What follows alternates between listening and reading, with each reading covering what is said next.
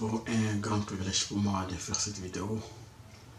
Et dans cette vidéo, c'est un sujet à discussion que je voudrais soulever à la portée de tout le monde. Si je serais très content d'avoir des avis, surtout si elles sont contraires. Alors, quel est le sujet? Le sujet, c'est au niveau de cette écriture de la Bible qui dit que toute autorité vient de Dieu. Et surtout dans le pays africain, nous voyons une tendance des dirigeants de l'Église catholique pour réclamer, faire en quelque sorte comme des revendications, soulèvement, des revendications contre les autorités établies dans le pays respectif. Alors, cela me pose la question de réfléchir. Quelle est la compréhension que vous avez quand il est dit dans la Bible « Toute autorité vient de Dieu ». C'est ça le sujet à discussion. Alors, pour comprendre, si vous êtes un lecteur de la Bible dans le Nouveau Testament, dans les épîtres de Paul, plus précisément dans l'épître de Paul adressée à Philémon, vous allez trouver la situation suivante. Il y avait un homme, un prisonnier, un esclave, à cette époque-là, qui s'appelait Onésime. Vous allez trouver ce que j'ai dit là dans les livres de Philémon. Vous lisez, vous allez comprendre l'histoire de quoi il s'agit dans la lettre de Paul adressée à Philémon. Philémon était un croyant, il était un chrétien aujourd'hui, et il y avait une église dans sa maison. C'est un homme qui avait des moyens, et il avait à ce temps-là aussi des esclaves. Les esclaves, au temps de la Bible, ils n'avaient aucun droit. Tout était la volonté de leur maître. Et M. Philémon, qui était un chrétien, avait des esclaves. Il y avait un esclave qu'il a surnommé le nom de Onésime, ça veut dire utile. Donc, probablement, c'est du fait que le monsieur là se comportait très bien que Philémon a jugé bon de lui donner un nom signifiant utile. Vous allez lire dans les livres, le nom de ce monsieur, de cet esclave s'appelait Onésime. Tellement qu'Onésime était dans l'esclavage chez Philémon, les histoires n'ont pas bien marché, peut-être que Philémon l'avait maltraité, et il a fini par fuir son maître. Et quand il a fui son maître, il est allé, on l'a attrapé en Rome, et on l'a mis dans la prison. Et grâce pour lui, il était dans la même prison, il s'est retrouvé dans la même prison que Paul. Et pendant qu'il était avec Paul là en prison, Paul l'a prêché. Il s'est converti, il était devenu un frère en Christ. Alors certainement que dans leur conversation, il a expliqué à Paul qu'il avait fui son maître qui s'appelait Philémon. Et Paul avait des relations avec Philémon. Philémon était un chrétien et Paul avait prêché, il considérait Paul comme un apôtre. Il y avait des relations entre Philémon et Paul. Maintenant, quand Paul a suivi que M. Onésime était l'esclave de Philémon, qu'a-t-il fait? Lui, apôtre, il a écrit une lettre à Philémon. Et dans sa lettre à Philémon, il n'a pas souligné à Philémon de pardonner Onésime. Mais si vous lisez cette lettre, il le dit en d'autres termes.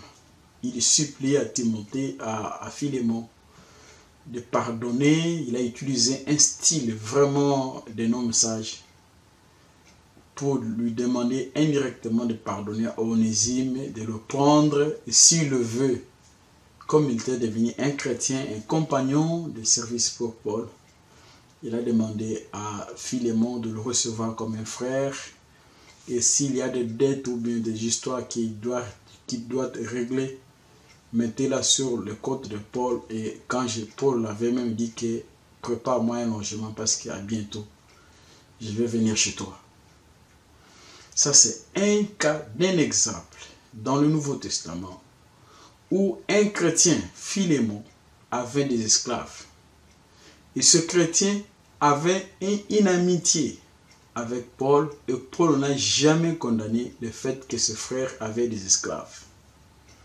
Et au contraire, dans la lettre que Paul a écrite à Philémon, Paul suggère à Philémon le devoir qu'ils doivent avoir le maître et les esclaves. Donc, si vous lisez cette lettre, vous allez comprendre que dans le Nouveau Testament, la Bible ne s'attaque pas, ou les apôtres ne se sont pas attaqués à ce problème d'esclavagisme pour amener ceux qui croyaient qui étaient des esclaves à se soulever et à fuir leur maître.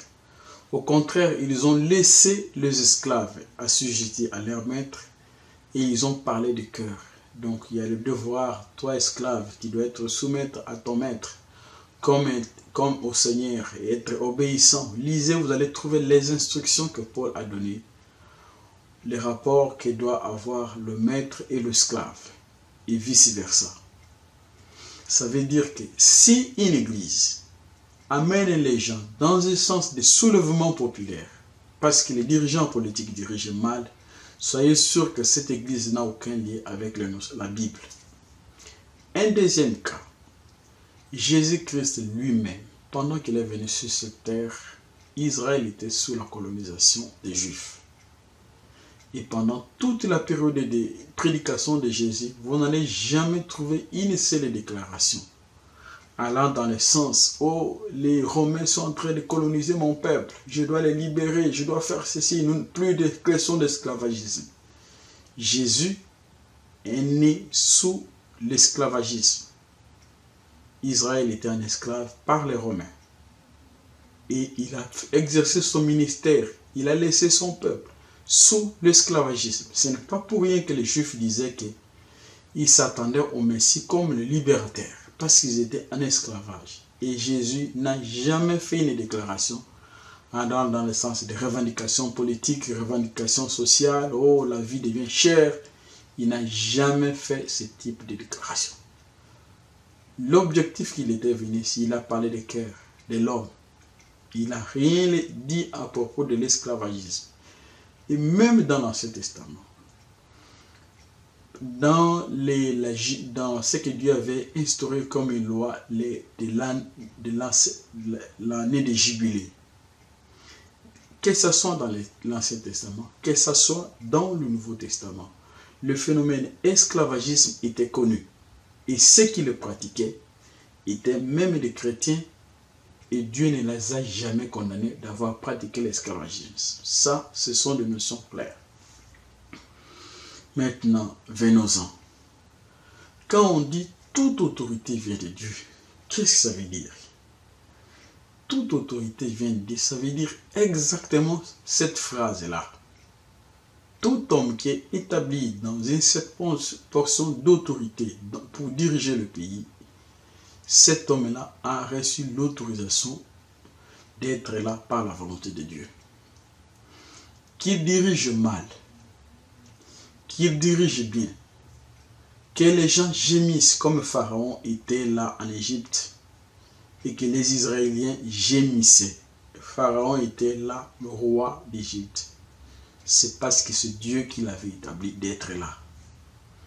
Et toute autorité, qu'il ait fait de mauvaises choses, qu'il ait tué sa population, vous devez admettre que ce que Dieu a dit, que toute autorité vient de Dieu, dit exactement ça. Même si vous faites les élections, parce que là aussi les gens croient, même si vous faites les élections et que quelqu'un triche, s'il est là, comme président de la République, c'est par la volonté de Dieu. Vous allez me dire, est-ce que Dieu est injuste? Je vous donne le cas de figure. Dieu n'est pas injuste, mais il sait toutes choses.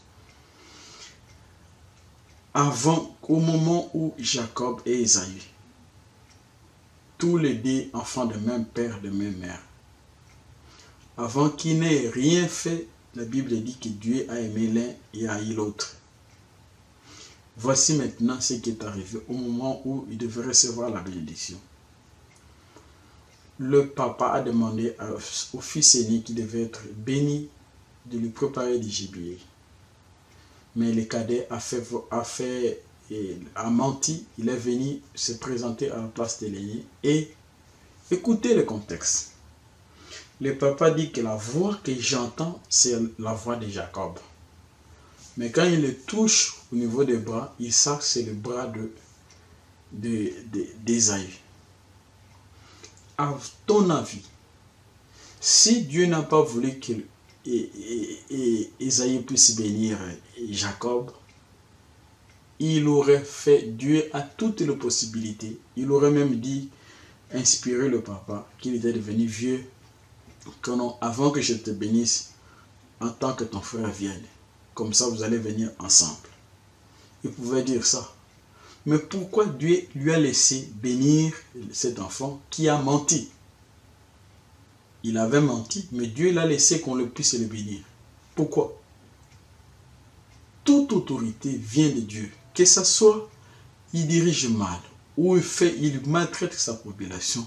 Tout cela est dans la volonté de Dieu. Maintenant, ce qui attend les chrétiens, c'est là aussi le problème. Mais moi-même, j'ai réalisé que dans beaucoup de fois, quand nous avons des problèmes en Afrique, nous nous mettons à critiquer les autorités et nous ne réalisons pas que c'est nous, les croyants, les chrétiens, qui sommes en faillite. Pourquoi? Ce sont les chrétiens qui sont en faillite. Dieu a fait une promesse. Dans le livre de 2 Chroniques, chapitre 7, je crois le verset 14.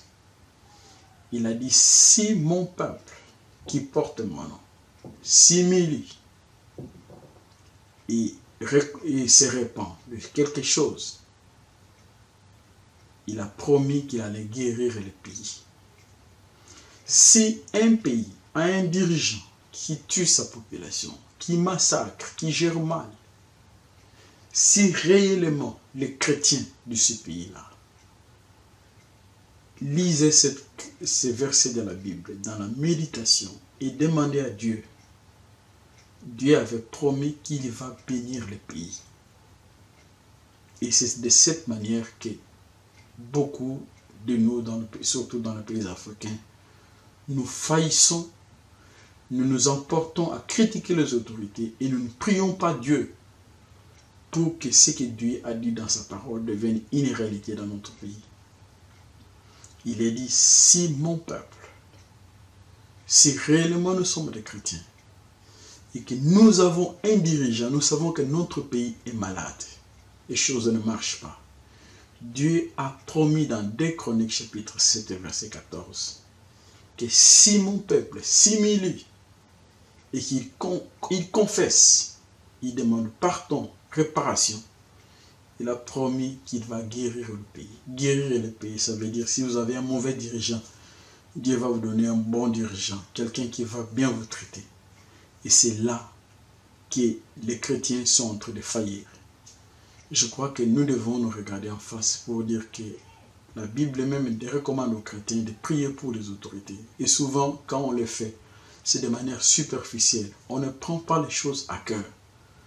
Cela devait nous interpeller pour reconnaître toute autorité qui est établie, que ce soit par fraude, par tous les moyens, que les gens puissent contester toute autorité qui est établie. Toute autorité vient de Dieu. Ça dit exactement ce que ça veut dire là. Et s'il dirige mal, tout ce que les chrétiens ou la population de ces gens doivent faire, ce n'est pas de critiquer, c'est d'accomplir les textes de 2 Chroniques chapitre 7. Si mon peuple, qui porte mon nom, s'humilie et cherche ma face, Dieu a promis dans ce texte qu'il va guérir le pays. Guérir le pays. Il l'a fait pour Israël pendant qu'ils étaient en captivité. Ils ont prié. Les Juifs n'ont pas fait le soulèvement populaire. Moïse n'a pas fait le soulèvement populaire sur Pharaon. Ils ont prié Dieu. Et c'est Dieu qui a suscité les libérateurs. Et quand Moïse est allé, tout s'est fait dans le calme. Les Juifs n'ont pas fait de guerre pour être libérés de l'Égypte. C'est par la main de Dieu. Dieu est venu, il a accompli sa parole. Il dit, si mon peuple prie, je guérirai le pays. Je crois que ce que j'ai dit, en résumé, dans la Bible, l'esclavagisme, les chrétiens de la Bible le pratiquaient. On ne peut pas condamner qu'un pays ou que les dirigeants d'un pays puissent prendre sa population ou son peuple en esclavage. Et c'est encore plus grave de trouver que des exemples de personnes qui pratiquaient l'esclavagisme étaient des croyants. Je vais vous donner les cas dans le Nouveau Testament de Philémon. Philémon était un chrétien.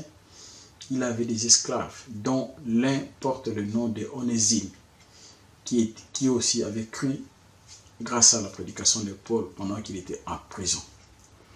Donc, ceci prouve à suffisant que quand vous écoutez une église porter atteinte ou bien parler contre les autorités de ces pays, oh non, ils dirigent mal, ils doivent dégager des histoires comme s'ils appelaient à un soulèvement populaire, soyez certains que cette église n'est pas une église chrétienne. Peu importe ce que ces gens disent, qu'ils soient beaucoup, alors s'ils étaient des chrétiens, tout ce qu'ils allaient faire, c'est de respecter les textes de 2 Chroniques chapitre 7, verset 14. Merci.